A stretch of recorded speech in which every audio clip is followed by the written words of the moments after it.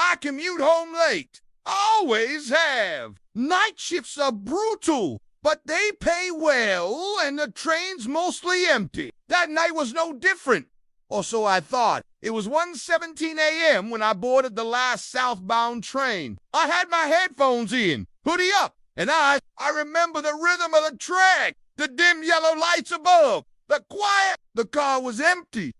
Completely. At some point, I must have nodded off. When I opened my eyes, the train had stopped. No announcements, no conductor, just silence. Outside the window, an unfamiliar platform bathed in deep shadow. One flickering bulb swung from above like a dying star. The sign read STN. Half the letters were missing. I stood up, confused my phone. No signal. Of course. The doors opened with a sluggish hiss, inviting. I stepped out, and the train left.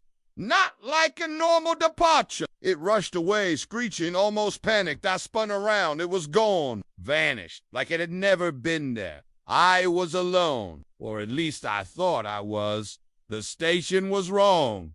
Too quiet. There was no wind, no sound, not even the usual electrical hum. Just dot stillness. The air felt thick, like syrup in my lungs. Every light beyond the platform was dead black.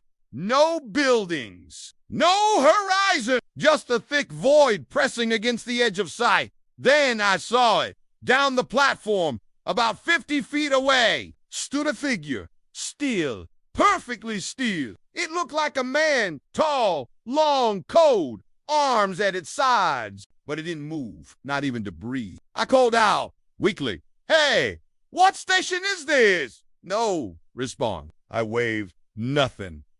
Then the light above it flickered, and for a moment, I swear I saw its face, or rather, the absence of one. No features, just blackness, like someone had carved a hole in reality where the face should be. I turned to run, but behind me now stood a second figure. Identical, same coats, same silence, just there. And another to the left, and another to the right. They never moved, but they got closer. Every time I looked away, one seemed to step nearer. Not walking, just appearing. I backed toward the tracks. My heart thundered. I shouted, screamed, pleaded. No answer. My voice didn't even echo. It was like the station swallowed sound. Then the overhead speaker crackled. Passenger observed. It was a woman's voice. Robotic. Cold, shadow arrival, complete. All the figures tilted their heads in perfect sync. The platform clock began to tick. Fast, too fast. 1:17, 2:34, 3:09, 4:56. Time was unraveling. I saw movement in the shadows. Crawling things, tendrils, fingers. Suddenly, a blinding light appeared down the tunnel. Another train! Thank God it screeched in. Metal screaming against metal. The doors opened. I didn't hesitate. I jumped inside, breathless, collapsing into a seat. The train began moving. I turned to the window and saw them still standing on the platform, watching.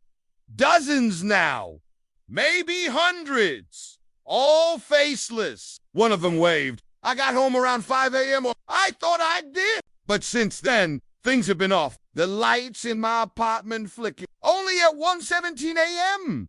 My mirrors show things behind me that aren't there. And sometimes, only sometimes, my reflection doesn't move when I do. And sometimes, I hear a speaker crackle from inside my walls. Next stop, Shadow Station. I don't think I ever left, or maybe once you arrive there, part of you never does.